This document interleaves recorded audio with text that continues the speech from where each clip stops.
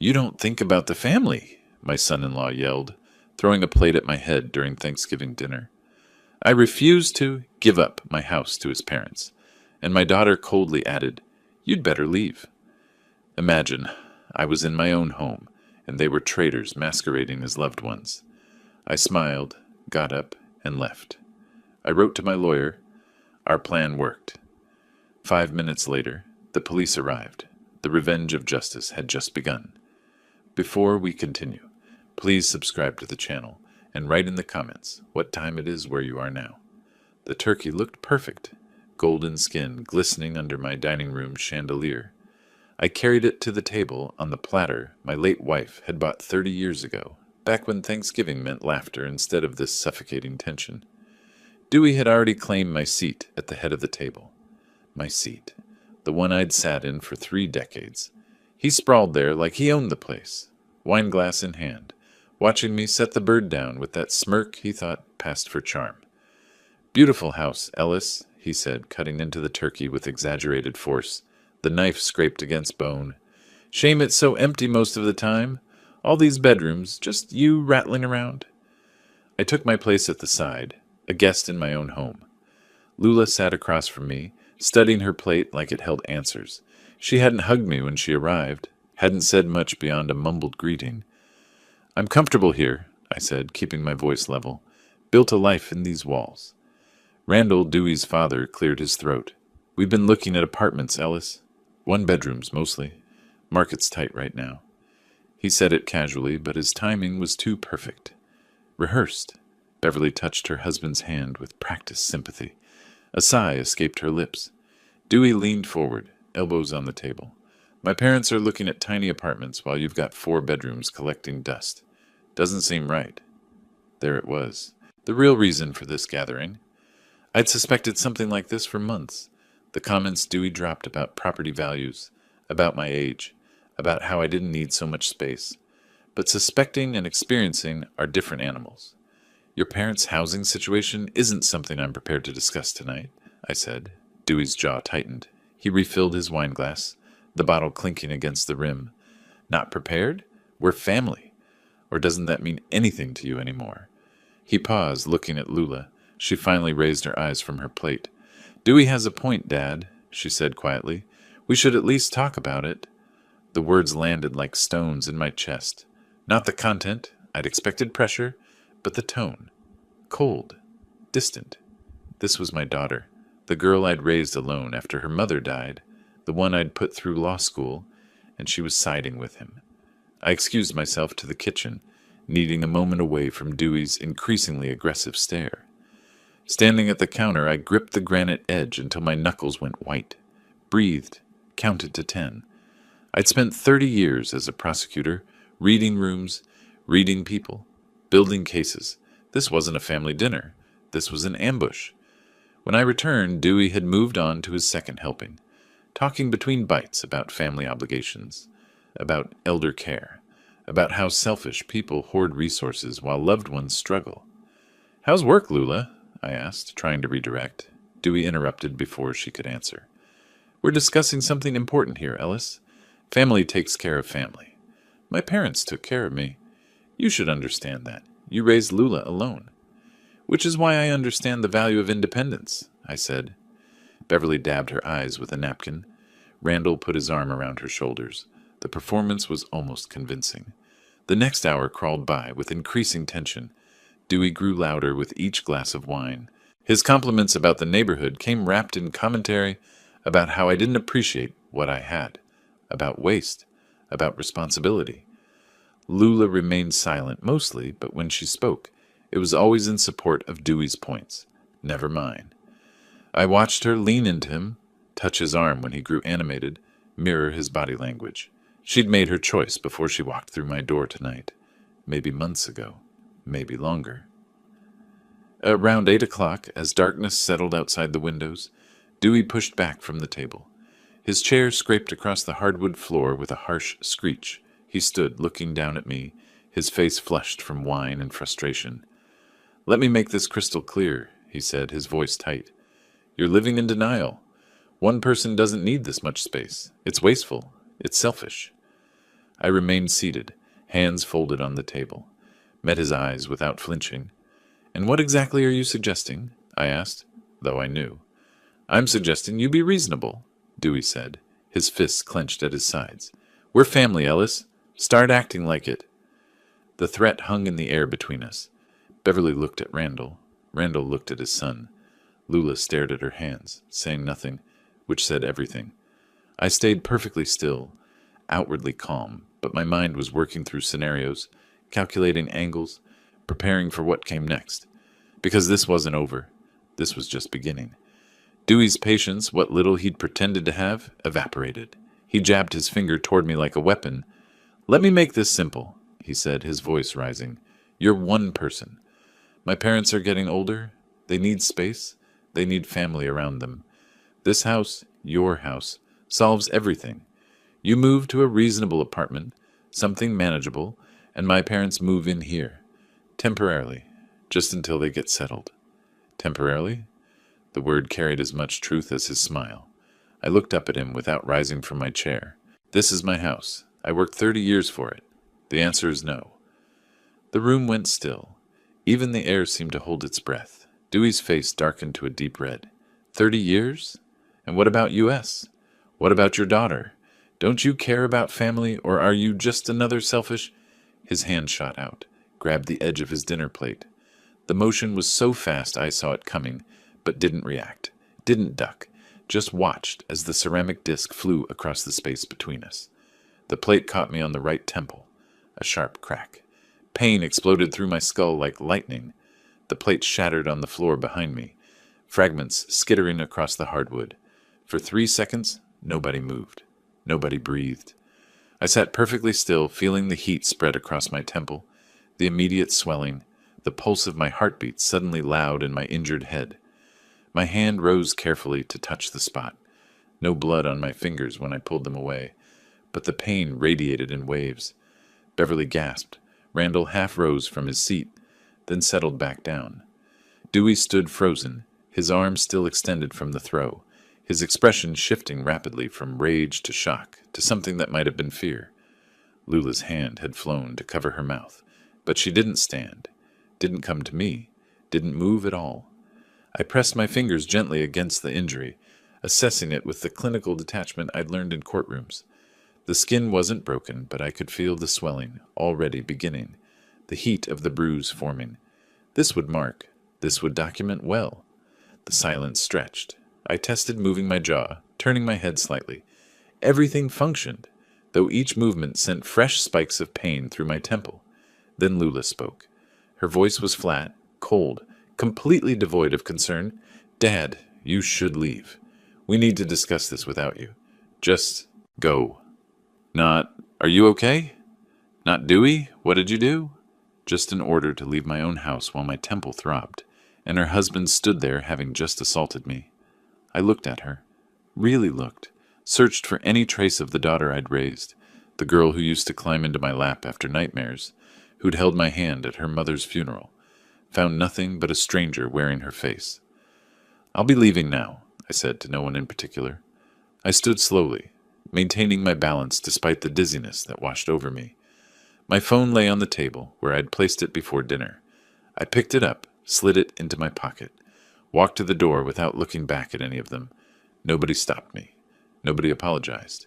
The only sound was my footsteps on the floor I'd refinished 5 years ago, through the entryway I'd painted last spring, past the photos on the wall of better times.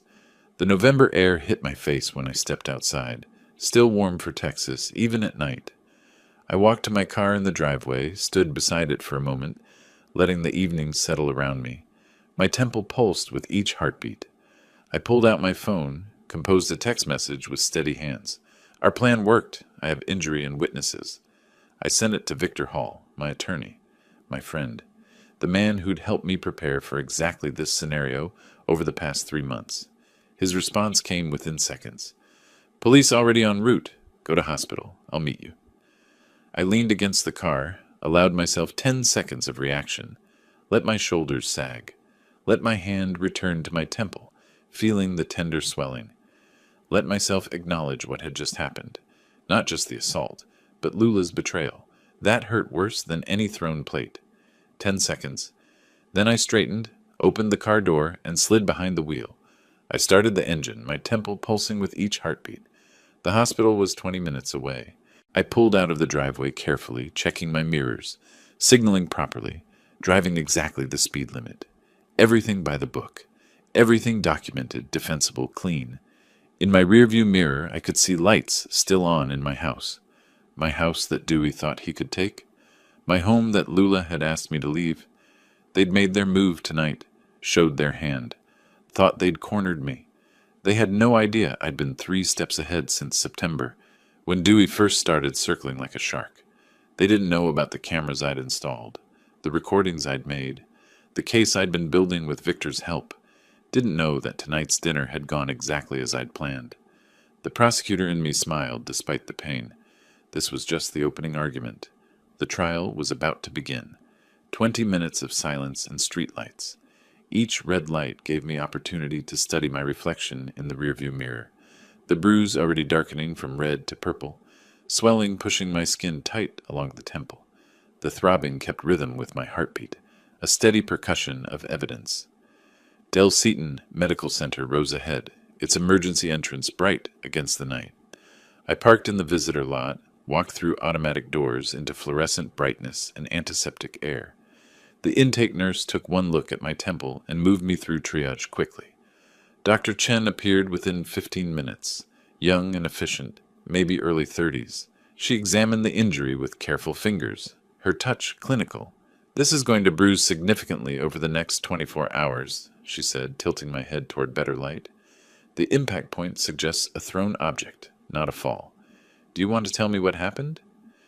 "I'd prefer to save that for the police report, if that's acceptable." Something shifted in her expression. Recognition. She'd done this before, documented domestic violence, gathered evidence for cases that would end up in courtrooms I used to work in. "I'll photograph from multiple angles," she said. "Front, side, close-up, wide shot. Standard protocol for assault documentation." The camera flash was bright in my peripheral vision. 4 shots, each from a different perspective. She worked with the practiced efficiency of someone who understood that photographs could make or break a case. "Mild concussion," she diagnosed after additional tests. "You'll need rest. Light sensitivity is normal. The headache will worsen before it improves." I nodded, filed the information away with everything else I'd need to remember. Victor arrived within 30 minutes of my text, carrying his leather portfolio like he'd just left the office. Probably had. He found me in the waiting area, sat beside me in the molded plastic chairs, and we spoke in the low tones of 2 men who'd worked together in courtrooms for decades. "Medical documentation is solid," he said, reviewing the photos on his phone that Dr. Chen had sent electronically. "Witnesses present. Provocation clearly from the aggressor. This is textbook assault causing bodily injury under Texas Penal Code, Section 2201. "How long until they pick him up?" I asked. "Officers should be at your house within the hour." He made a call, stepping away briefly, speaking in clipped legal phrases I recognized as communication with law enforcement. When he returned, his expression held grim satisfaction. "Detective Morgan is lead. She's good. Worked with us on the Henderson case back in '09, I remembered. Sarah Morgan, methodical investigator, early 40s now. She'd seen through more lies than most people told in a lifetime." While we waited for my discharge papers, my phone buzzed. Lula's name lit the screen. I let it ring twice before answering, holding the device slightly away from my ear. "What did you do?" Her voice exploded through the speaker, loud enough that Victor heard. "The police arrested Dewey. You called the police on your own family. You planned this." "He assaulted me in my own home," I said, my voice calm and cold. "Actions have consequences. You're destroying this family. He's in handcuffs because you—" I ended the call, set the phone face down on my lap. Victor raised an eyebrow. "She made her choice," I said. Back at my house, my crime scene now, Detective Morgan walked through the dining room, cataloging evidence with practiced eyes. The overturned chair where Dewey had stood, the impact point on the wall where the plate had hit after grazing my temple, leaving a chip in the elegant wallpaper. Food splattered across surfaces, the broken ceramic pieces scattered like accusations across my hardwood floor. Dewey paced near the window, his movements aggressive even now. Randall and Beverly sat close together on the couch, talking over each other in nervous bursts. Lula remained at the dining table, pale and silent, her hands flat against the wood. Morgan separated them for individual statements, standard procedure. Give them time to settle into their lies before comparing stories. "Sir, I need you to tell me exactly what happened at dinner tonight," she said to Dewey, her voice neutral. "He was being unreasonable," Dewey said, his words tumbling out too fast. "My parents needed help, and he wouldn't listen to reason. He said terrible things about family." "That doesn't explain how he got injured." Dewey's mouth opened, closed, his face reddened. In the living room, Randall tried his version. "It was an accident. Things got heated. You know how family dinners can be, and he didn't mean—" Beverly interrupted, her voice rising. "Ellis said terrible things. He was refusing to help family. Dewey was defending us." Morgan's pen moved across her notepad, recording contradictions. Accidental or defensive. Provoked or unprovoked. The stories didn't align, and she knew it. Two uniformed officers flanked Dewey as Morgan read him his rights. His voice started to rise in protest, but Beverly touched his arm with a warning look. He fell silent. "Dewey Parker, you're under arrest on suspicion of assault causing bodily injury." The words continued, familiar and inevitable.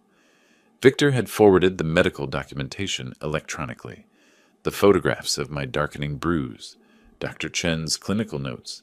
The case was building itself, brick by documented brick. Neighbors had heard the shouting. One had called about the crash. Their statements would corroborate timeline and intensity. As the officers placed handcuffs on Dewey's wrists, his eyes found where Lula sat. She looked away. My phone buzzed again in my hand at the hospital. Another call from Lula. I sent it to voicemail. Victor glanced at the screen. "She's called my office 6 times already. I'm not answering either." "Good," I said. Dr. Chen returned with discharge papers, instructions for monitoring concussion symptoms, prescription for pain medication, follow-up appointment scheduled for Monday. I signed where indicated, collected the papers, stood carefully. The dizziness had faded, but the pain remained, steady and sharp. "Your attorney mentioned you might need these for legal proceedings," Dr. Chen said, handing Victor a sealed envelope. "Complete medical records and photographs, certified copies." "Appreciated," Victor said. Outside, the night had grown cooler. Victor walked me to my car. "You should rest," he said. "This is just the beginning. Bail hearing tomorrow, probable cause determination, then we see if the DA files charges." "They'll file," I said. "Too much evidence, too many witnesses, too public now that the arrest is made." He nodded. We both knew how these cases played. Once the machinery started moving, it rarely stopped. I drove home carefully, the same route in reverse, past the hospital, through downtown, into Tarrytown. My house sat dark when I pulled into the driveway. Everyone gone. Crime scene tape across my front door. I sat in the car for a long moment, engine ticking as it cooled, looking at my home transformed into evidence. Then I got out, ducked under the tape, and went inside to spend the night alone with my throbbing temple and my calculated satisfaction. I slept poorly, waking every few hours to the pulse of pain in my temple. Morning came regardless, sunlight harsh through the windows I'd forgotten to curtain. I took the prescribed medication, made coffee in my quiet kitchen, and settled into my study with the deliberate routine of a man reclaiming his space. The house felt different, emptier. Not just from Lula's absence. I'd grown accustomed to that over the past year as she drifted toward Dewey's orbit. This was the emptiness that comes after violence, after the breaking of something that can't be repaired. I pressed the ice pack against my temple, felt the cold seep through my skin, and let myself remember how it all began. 3 weeks earlier, I'd been working in my garden, hands deep in autumn soil, pulling up the last of the season's tomato plants. The afternoon had been warm, windows open throughout the house. Dewey's voice had risen through one of them, my office window, left ajar, and I'd frozen with dirt under my fingernails. "The old man's sitting on prime real estate," Dewey had said clearly on his phone, pacing my office like he owned it. "Lula says he won't budge, but I think he just needs the right motivation. Her sentiment gets in the way, but I can handle it. Once we get him into something smaller, we can rent this place for $3,500 a month. Easy. I'd stayed crouched in my garden bed, listening to my daughter's husband calculate the financial value of displacing me from my own home. The tomato plant drooped in my hand, roots exposed, dying. That evening, after Dewey and Lula left, I'd called Victor Hall. 2 days later, I'd sat across from him in a downtown coffee shop, both of us with legal pads, sketching scenarios like we used to build prosecution strategies. "He'll escalate if he feels challenged in front of his parents," I'd observed, tapping my pen against the paper. "Needs to maintain dominance. Alpha personality with no real power backing it up. All performance." "Then we give him the audience," Victor had replied. His eyes had held the same sharp focus I remembered from case reviews. "Document everything. Make him feel cornered. He'll lash out." "You want to be absolutely certain about this?" Victor had added, setting down his pen. "Once we set it in motion, there's no walking back. Your daughter will see you as the aggressor." I'd looked out the coffee shop window at people passing by, living ordinary lives without these calculations. "She already chose sides," I'd said. "I'm just making sure the choice has consequences." Back in my study, the ice pack growing warm against my skin, I remembered how methodically we'd planned. Victor had made a call to Detective Morgan. They'd worked together when I was still prosecuting, knew each other's methods. Potential domestic situation might develop. Victor had explained to her over the phone, his voice careful. Victim may need rapid response. Can you prioritize if we call it in? Morgan had agreed. She'd seen too many domestic assaults where delayed response meant worse injuries or lost evidence. I'd installed a voice recorder in my living room 2 weeks before Thanksgiving. Legal in Texas, one-party consent state, and it was my house. I'd tested it, made sure it captured conversation clearly from every angle of the room. The phone call to Beverly Parker had been almost pleasant. "I'd love to host you and Randall for Thanksgiving," I'd said, my tone warm and grandfatherly. "It's been too long since we had proper family time together. Lula and Dewey will be there, of course." In the background, I'd heard Dewey's voice rise with interest. Beverly had accepted immediately, practically gushing about family gatherings. I'd hung up and stared at my phone, knowing I'd just baited the trap. 2 days before Thanksgiving, Victor and I had met one final time in his office. "Morgan's on standby," he'd said, reviewing the timeline we'd constructed. "Medical center is briefed. Dr. Chen works ER domestics regularly. She'll document properly. When he moves on you, stay calm, take the hit if you can do it safely, then exit. We need documentation, not heroics."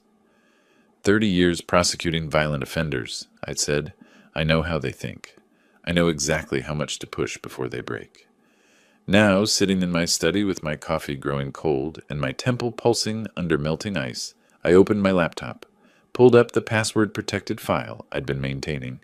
3 weeks of notes, dates and times of Dewey's suspicious comments, transcripts of overheard conversations, his escalating demands disguised as suggestions, the pattern of manipulation building from subtle to overt, all documented, all time-stamped, evidence of his premeditation, not mine. I'd simply created the circumstances for him to reveal what he already was.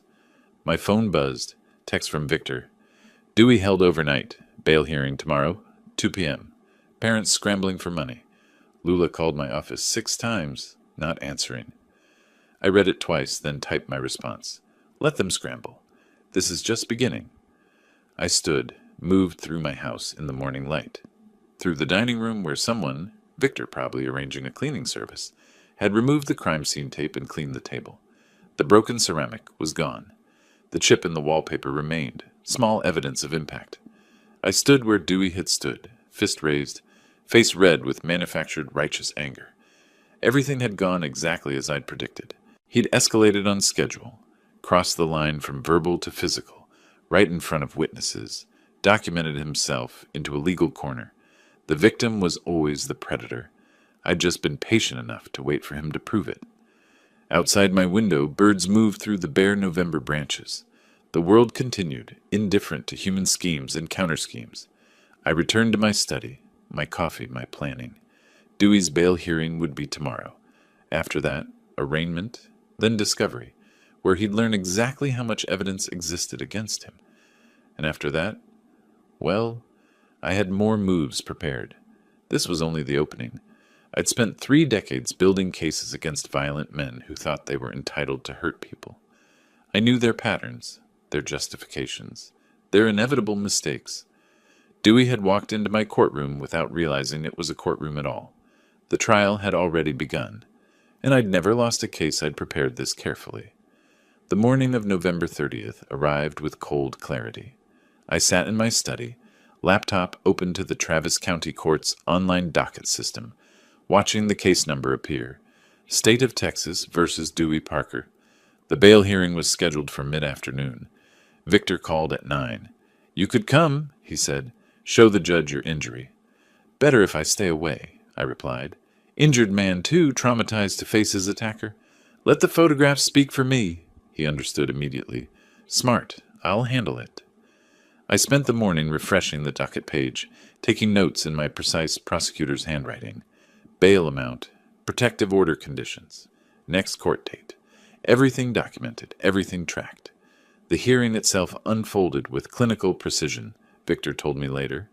Dewey stood before Judge Carmen Martinez in an orange jumpsuit, hands cuffed, his public defender, a young woman Lula had scraped together money to hire, arguing he wasn't a flight risk. "Your Honor, my client deeply regrets the incident," she said, her voice steady but her inexperience showing. "He has no prior record of violence, maintains steady employment, and has strong family support. $5,000 is appropriate, given—" Marcus Chen interrupted. The prosecutor handling Dewey's case was an old colleague, someone I'd mentored years ago when he was fresh out of law school. He still owed me for that. "The victim required emergency medical treatment for head trauma," Marcus said, his tone sharp. "The defendant threw a ceramic plate at close range. This wasn't an accident." He projected the medical photographs on the courtroom screen. My temple, bruised dark purple under harsh lighting, the swelling exaggerated by the camera angle. Dr. Chen's documentation was impeccable. Judge Martinez studied the images, then fixed Dewey with the look I remembered from cases I'd argued before her bench. "Mr. Parker," she said, her voice carrying the weight of someone who'd seen countless domestic violence cases, "you will have no contact, direct or indirect, with Ellis Green. That means no phone calls, no texts, no messages through third parties. 200 meters minimum distance at all times. Are we clear?" "Yes, Your Honor," Dewey managed, his voice tight. "Bail is set at $12,000. Next hearing, January 15th. The gavel fell. Victor called immediately after. "12,000. Could have been worse for them. The protective order is what matters. He can't get near you, and any attempt is automatic contempt." "How did he look in court?" I asked. "Angry. Not scared enough yet, but we'll fix that." Over the next 2 days, Dewey's family scrambled. Beverly and Randall mortgaged their modest home, signing papers at a dingy bail bond office where a bored bondsman took their information without meeting their eyes. Beverly cried quietly while Randall stared at the wall, both aging visibly under the stress. They pawned their car, a 10-year-old sedan worth maybe $10,000, to cover the bond fee. Dewey walked free on December 2nd, emerging from Travis County Jail into cold winter sunshine. He'd lost weight. 3 days of jail food and stress had hollowed his face, made his eyes harder. Lula waited in a borrowed car, their own vehicle sitting in a pawnshop lot. Neither spoke during the drive to their apartment. I learned all this through Victor's network. Courthouse clerks, bondsmen who remembered favors owed, connections built over decades of legal work. That same afternoon, Victor filed the civil lawsuit. I'd reviewed every line of it the day before, making one small edit, increasing the medical expenses by $500 to account for ongoing headaches I'd documented at a follow-up appointment I'd strategically scheduled. Every detail mattered, every number defensible.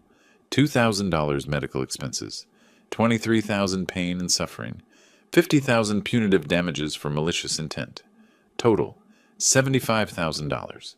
The number was deliberately chosen, ruinous but not absurd, high enough to terrify them, low enough that a jury might actually award it. The process server delivered the complaint to their apartment that evening. Lula signed for it with shaking hands, opened the envelope while Dewey watched over her shoulder. The folder slipped from her fingers. Dewey read it off the floor, his face draining of color as reality crashed down. $75,000? His voice rose with each word. Where does he think we're supposed to get $75,000? Lula's voice came out near tears. He knows we don't have it. That's the point. He's trying to destroy us. My phone rang minutes later. Lula's number. I let it go to voicemail. She called 6 more times that evening, then started calling Victor's office. We didn't answer. In my study, I reviewed the documents one more time. The criminal case proceeding on its own track, arraignment, discovery, trial. The civil case opening a second front, applying financial pressure that would force decisions, create desperation. Desperation led to mistakes, and I was waiting for their mistakes. Victor called late that night. They're panicking, good. But Ellis, they're going to fight back. People this desperate, they'll try anything. Let them try, I said. I hung up and returned to my planning. The next phase required patience. I needed them to make their move before I made mine. The trap was set. Now I just had to wait for them to walk into it. The next morning, Lula was on the phone before I'd finished my coffee. Victor's contacts at the courthouse reported frantic activity, attorney consultations, desperate calls to legal aid services, borrowing money from everyone they knew. By noon, they'd scheduled meetings with 3 lawyers. By evening, they'd chosen Marcus Webb. I knew the name. Everyone in Austin legal circles knew Marcus Webb, a civil litigator in his early 50s with sharp suits and sharper tactics. The kind of attorney who'd argue black was white if you paid him enough, and make the jury almost believe it. He took their case after hearing their version. Victor learned the details through his network, how Dewey described me as cold and vindictive, how Lula tearfully recounted a childhood of emotional manipulation. The stories sounded rehearsed because Webb helped craft them during the consultation. "Here's what we do," Webb had told them, leaning back in his leather chair. "They want to play victim? We show the jury who the real victim is, a young woman trapped under her father's thumb, and a husband who finally stood up to a bully." "But we need proof," Lula started. "Your testimony is proof," Webb cut in. "You lived it." They borrowed $8,000 for his retainer, a high-interest loan Lula's damaged credit barely qualified for. Desperation made people say yes to terms they'd never normally accept. Webb spent 3 days preparing the countersuit. He interviewed Dewey's parents separately, asking leading questions with the practiced skill of someone who knew exactly how to walk the ethical line without crossing it. "Are you certain Ellis didn't say something provocative first?" he'd ask Beverly. "Could the plate have been thrown defensively?" he'd suggest to Randall. "Is it possible Ellis injured himself to frame Dewey?" The question planted like a seed, not telling them what to say, he was too experienced for that, but guiding them toward the version he needed, coaching their memories until uncertainty became certainty. "But at the police station, we said we saw Dewey throw the plate," Beverly protested weakly. "Won't changing our story now look bad?" Webb smiled reassuringly. "You were in shock that night. Now, with time to reflect, you remember more clearly. Memory works that way. It's perfectly legitimate." Lula signed her sworn statement at Webb's office on December 5th. The pen trembled slightly as she committed her father's alleged abuses to paper. Years of control, manipulation, emotional cruelty. Stories that were part truth, twisted into weapons, part complete fabrication. Webb's paralegal notarized the document while Webb watched approvingly, already planning how to use the daughter's testimony for maximum emotional impact. The countersuit hit the courthouse on December 6th. $50,000 in damages for Lula's lifetime of trauma, emotional abuse allegations, entrapment, deliberate provocation. Legal circles buzzed. A courthouse clerk called Victor with a warning. "Webb has a reputation for scorched earth litigation. He'll drag everything into discovery." Victor drove to my house that evening with printouts of Webb's filing and the revised witness statements. We sat in my study while he spread the documents across my desk, genuine worry visible on his face for the first time since this began. I read through the countersuit slowly, my prosecutor's eye catching every manipulated phrase and strategic lie. I made notes in the margins. Provably false. No corroboration. Contradicts police report. Victor paced, unusually animated. "Webb will subpoena every communication between you and Lula for the past decade. He'll depose friends, neighbors, anyone who might say you were controlling. He'll paint Thanksgiving as the culmination of years of abuse. I kept reading, calm. Ellis, your own daughter is accusing you of decades of psychological abuse, Victor continued. Even if we win, the damage to your reputation...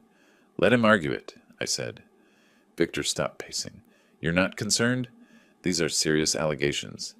I set down the papers and met his eyes. I have an ace up my sleeve. Something Webb doesn't know about. Something even Dewey doesn't know I have. What kind of ace? 3 weeks ago, before I invited them for Thanksgiving, I took certain precautions. Documentation, recordings, evidence that proves exactly what Dewey and Lula were planning. Victor stared at me. You recorded them? Texas is a one-party consent state, I said. My house, my right. I'd installed the voice recorder 2 weeks before Thanksgiving. Small device, high-quality audio, positioned in my living room where it could capture every conversation clearly. Legal under Texas law, I only needed one party's consent to record, and I was that party. I'd also activated the recording app on my phone during certain conversations, backed everything up to encrypted cloud storage through a contact who specialized in digital forensic. Everything preserved, everything time-stamped, everything admissible. What did you capture? Victor asked quietly. Dewey discussing his plans for my property, Lula agreeing to help convince me to move, specific dollar amounts they planned to extract. Their entire scheme, in their own words, recorded weeks before Thanksgiving. Victor sat down slowly. Why didn't you tell me? I needed to see how far they'd go first, I said. If Dewey had just made verbal demands and left it at that, I might have let it go. But he threw that plate, and now Lula's committed perjury in a sworn statement. I pulled a folder from my desk drawer. Transcripts of the recordings printed and organized. Dates, times, speakers identified. Webb thinks he's flipping the narrative, I continued. He thinks Lula's testimony will muddy the waters enough to create reasonable doubt. What he doesn't know is that I can prove, with their own voices, that they were scheming to take my house before Thanksgiving ever happened. Victor took the folder, scanned the first few pages. His expression shifted from worry to something approaching admiration. This changes everything, he said. That's the idea. When do we play this card? Not yet, I said. Let Webb commit. Let them spend more money on legal fees. Let Dewey's parents mortgage themselves further. Let Lula dig deeper into her lies under oath during depositions. Victor nodded slowly, understanding the strategy. And then we produce the recordings. Show the judge that everything they've claimed is provably false. Watch their entire case collapse. I leaned back in my chair, feeling the satisfaction of a plan coming together. Webb's good, I said, but he's walking into a trap, and he doesn't even know it. The morning after Victor and I reviewed the recordings, I drove downtown to meet Thomas Brennan for coffee. The cafe was quiet, tucked away from the business district, the kind of place where conversations stayed private. Brennan had aged well, mid-60s now, still sharp-eyed, still careful. I'd cleared his name 12 years ago when someone stole his identity and racked up fraudulent charges. He remembered. Ellis, he said, shaking my hand. Been a long time. Too long. I need a favor. We talked for 40 minutes about hypothetical family situations and financial stress indicators. Brennan read between the lines like I knew he would. He slid a folder across the table. Public records only. Credit scores, liens, foreclosure notices, all accessible if you know where to look. I didn't open it until I was back in my car, engine running, reading by overhead light. The numbers told a story more damning than any testimony. Dewey carried $45,000 in combined credit card and auto loan debt. His credit score had plummeted 100 points in 6 months, multiple missed payments, collection agencies circling. But the revelation that made everything crystallize, a business loan pre-approval from Texas Capital Bank, contingent on property collateral worth at least $500,000. My house was valued at $580,000. I flipped to the next page. Randall and Beverly Parker, $30,000 in medical debt from Randall's heart surgery 2 years prior. Mounting interest. Minimum payments they could barely afford. The last page was a photocopy of Dewey's business plan, incomplete, but enough to see. Plans for a used car dealership, projected monthly expenses, and a line item that made my jaw tighten. Rental income from collateral property, $3,500 a month. My property, rented out to service their debts while I lived in some efficiency apartment, displaced from the home I'd built. It was never about family, never about helping elderly parents. Pure calculation, pure greed. I called Victor immediately. 2 days later, on December 10th, Victor filed a discovery motion. Financial records, he argued, were directly relevant. If Dewey was financially motivated to seize my property, it undermined Webb's entire narrative of a loving son-in-law defending family. Webb fought back with a flurry of objections. Irrelevant, overly broad, invasion of privacy. Judge Martinez heard the arguments via phone conference.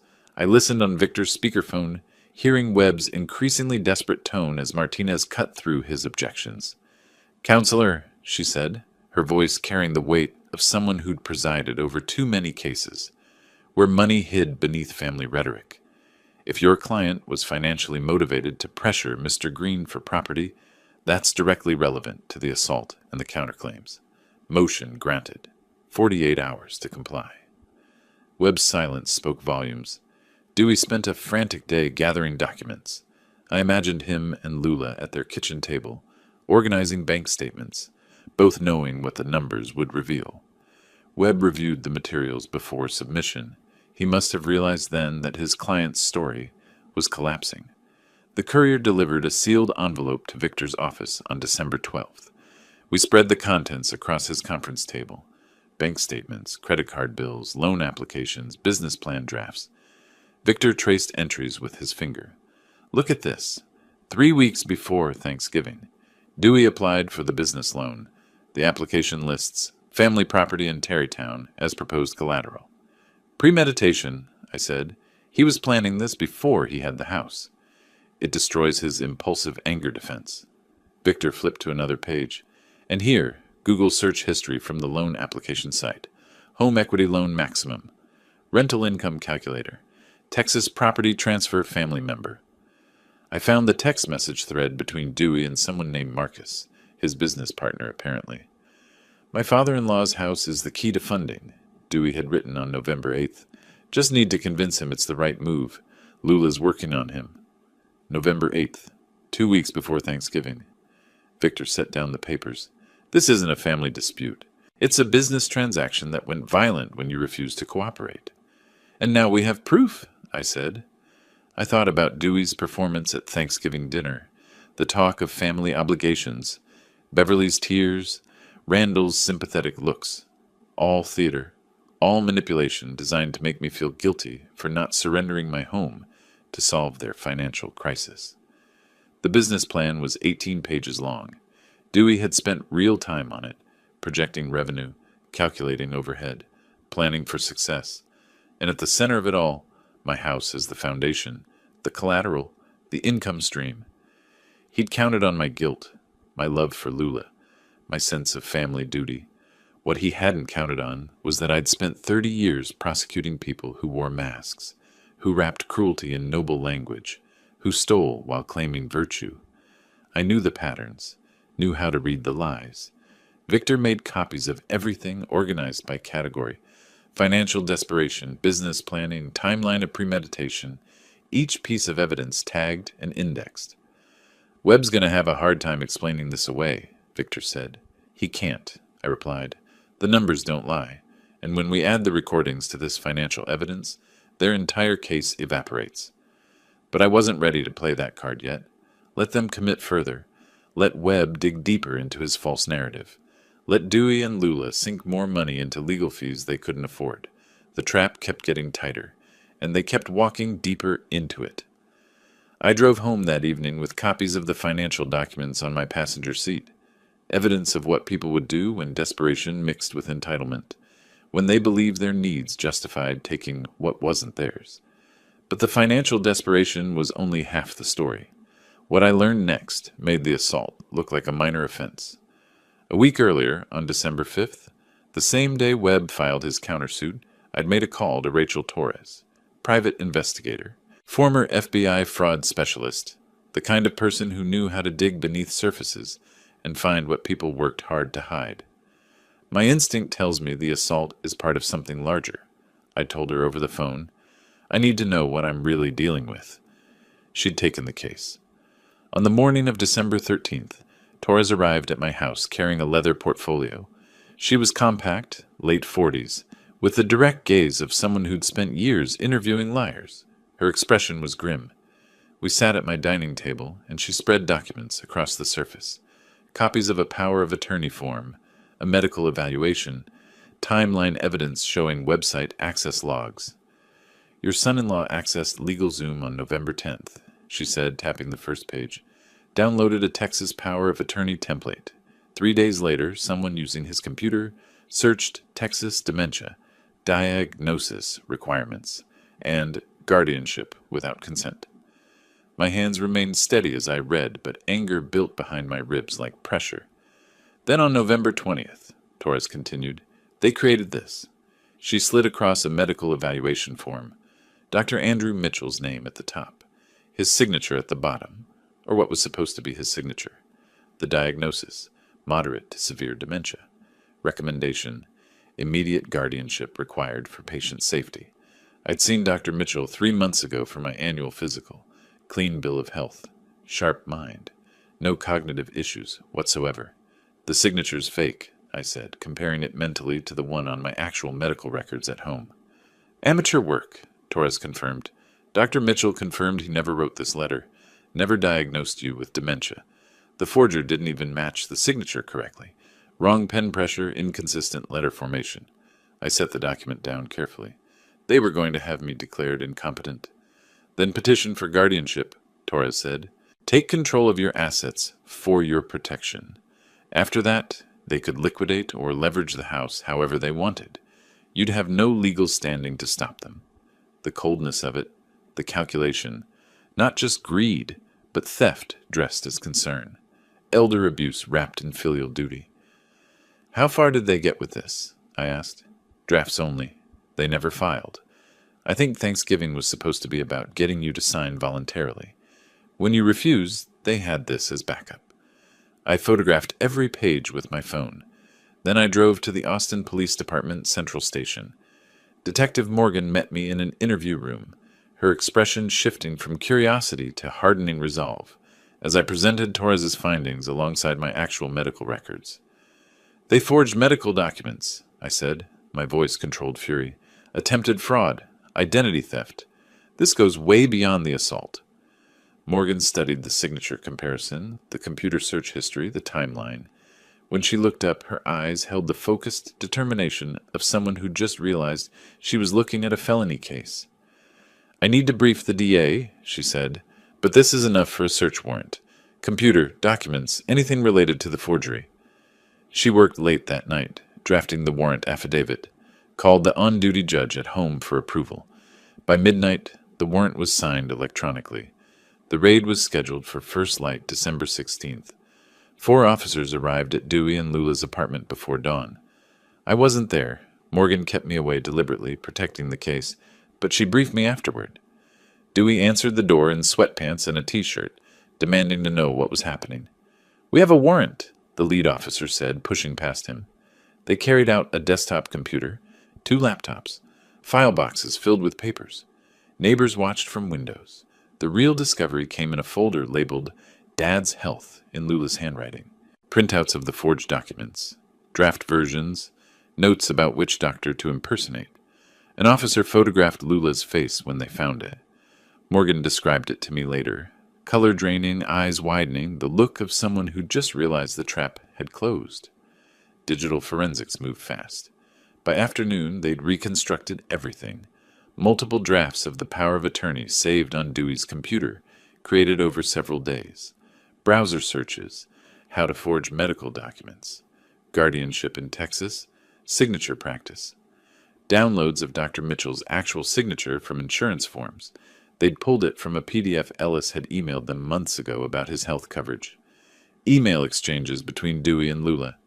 Getting the paperwork ready before Thanksgiving, one read. Once we have the guardianship, we can move fast on the house, another said. Premeditation, conspiracy.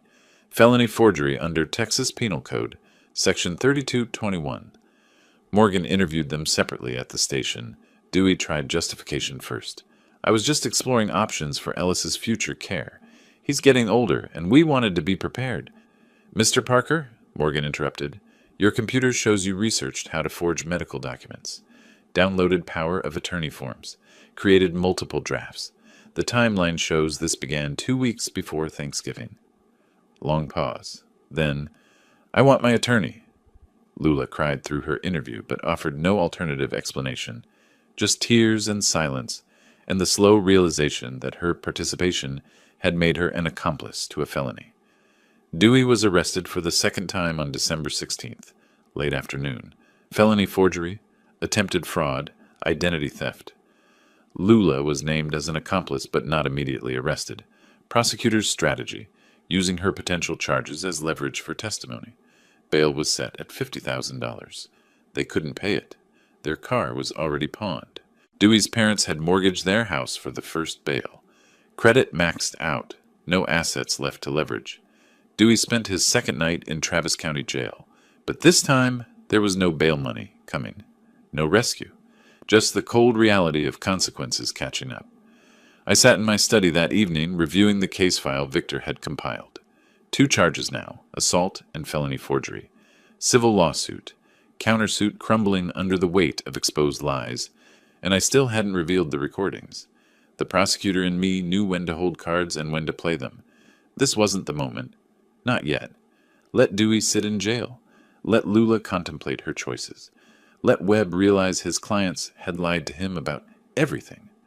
Let them understand, finally, that you don't try to steal from someone who spent 30 years putting criminals behind bars.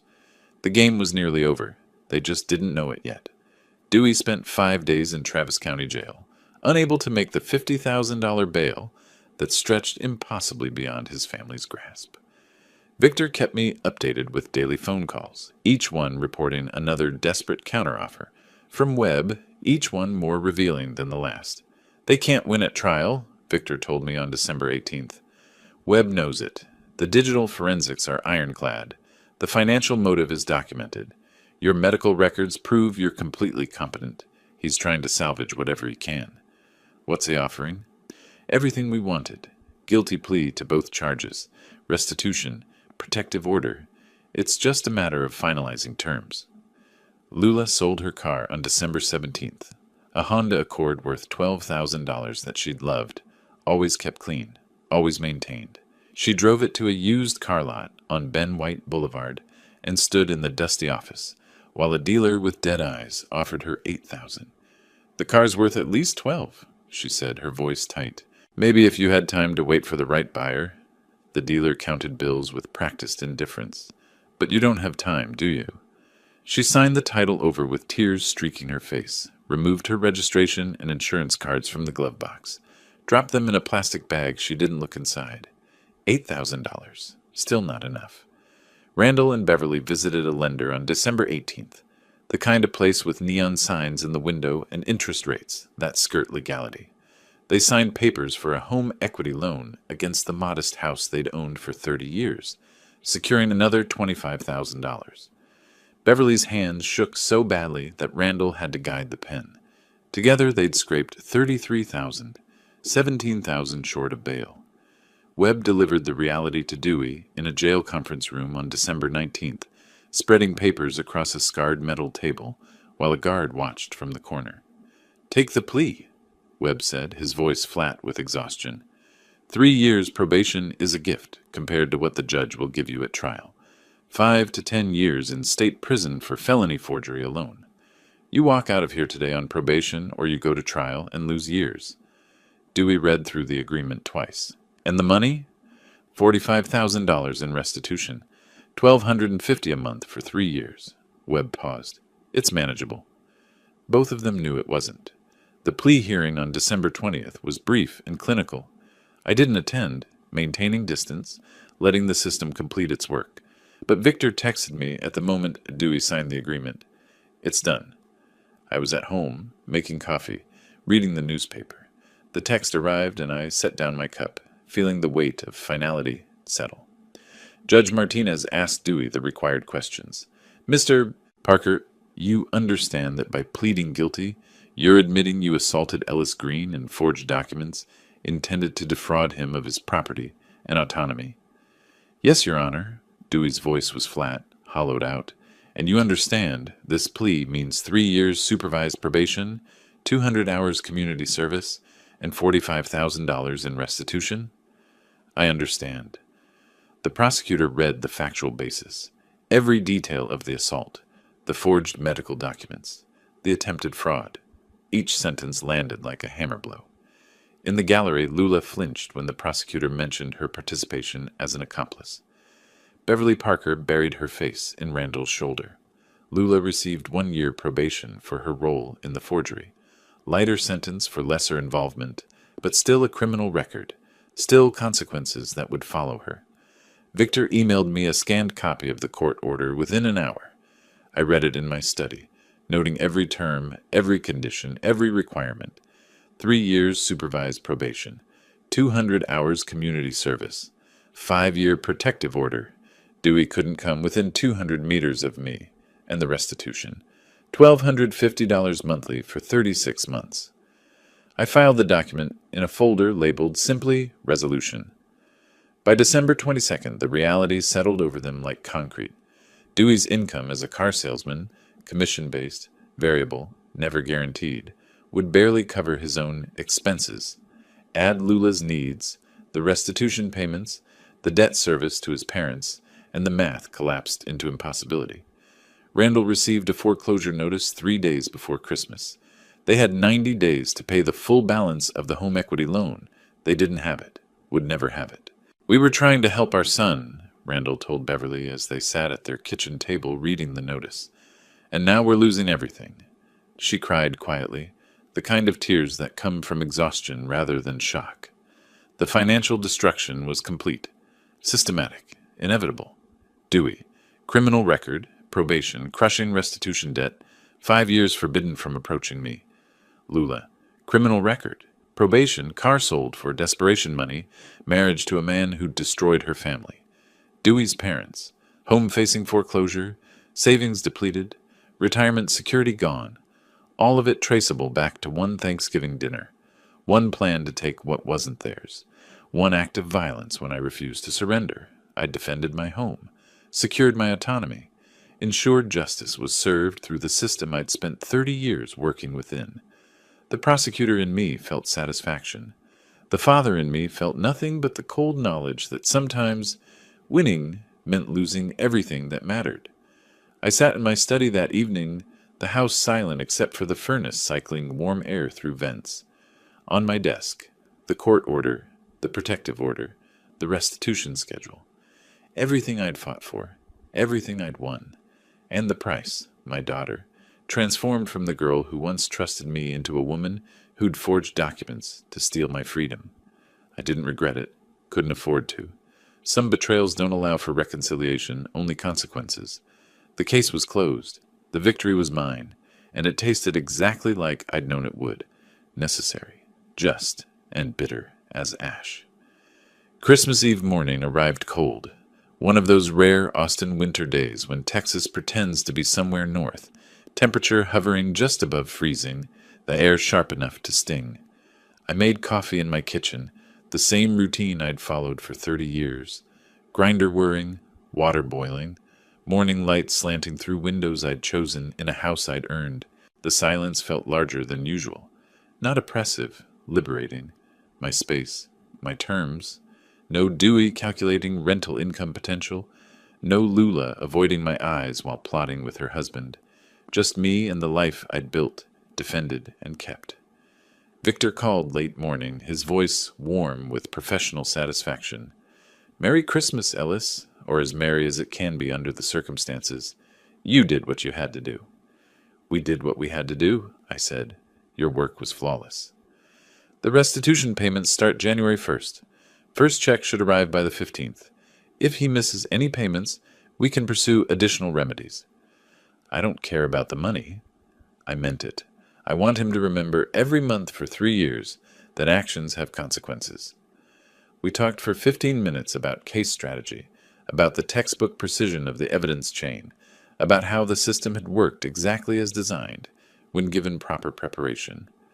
Then Victor asked the question I'd been expecting. Will you reach out to Lula eventually? I looked out my study window at bare branches against gray sky.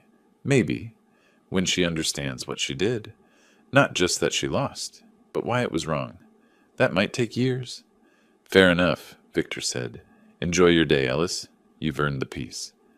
After he hung up, I organized the legal documents into a file box labeled Parker Case Closed, placed it on a high shelf in my study where it would remain as reference but not constant reminder.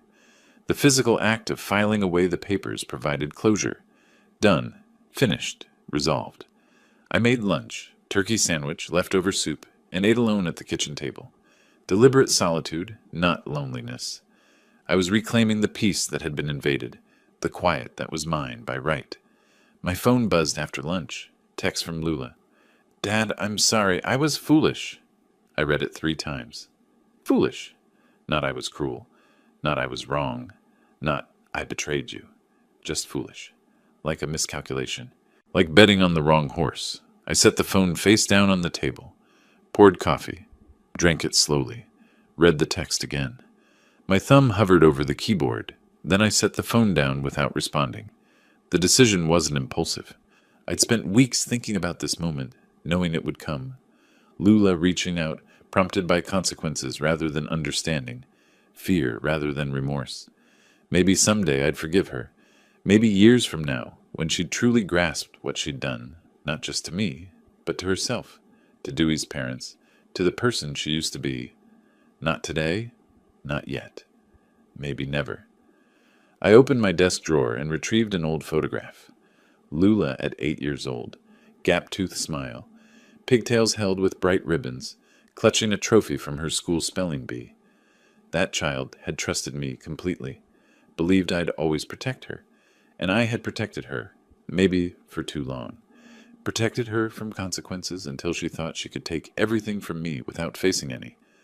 I held the photograph in both hands, allowing myself a moment of genuine grief. Not for the woman who'd forged documents and conspired to have me declared incompetent, for the girl who'd become that woman. Then I returned the photograph to the drawer and closed it with quiet finality. As afternoon faded to evening, I walked through my house. The same route Dewey had walked on Thanksgiving night. Through the dining room where he'd thrown the plate, past the living room where he'd paced, calculating, into the kitchen where I'd gripped the counter, preparing myself for confrontation. Every room mine, every possession earned through 30 years of honest work, every corner secure. I'd prosecuted criminals for 3 decades, learned to read lies, to follow money, to build cases brick by documented brick. When my own family tried to steal from me, I'd used every skill I'd honed in those courtrooms. The system had worked. Justice had been served. Crimes had been punished proportionally. And I'd lost my daughter in the process. I sat in my chair by the front window as evening approached, watching occasional cars pass on Windsor Road, not waiting for anything, just present in my space, in the victory that tasted like ash and satisfaction in equal measure. The Thanksgiving dinner had cost Dewey his freedom, his reputation, his financial stability. It cost his parents their home. It cost Lula her relationship with her father. It cost me the daughter I'd raised. I didn't regret it, couldn't afford to. Some betrayals carve too deep for reconciliation. Some lessons can only be taught through consequences that last. 30 years of prosecuting criminals had taught me that justice isn't always clean. Sometimes it's necessary destruction. Sometimes it's defending what's yours against people who believed family ties meant they could take without asking, hurt without facing punishment. My house stood secure, my autonomy intact, my life my own again. The documents on the side table told the story.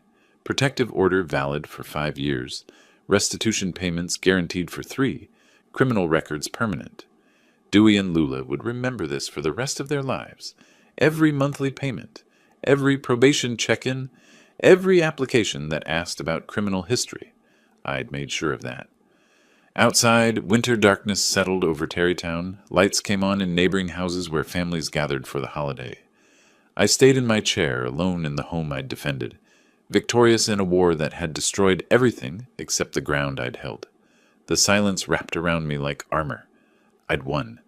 The price was steep, but I'd paid it knowingly. And sitting there in the gathering dark, I felt what I'd expected to feel all along.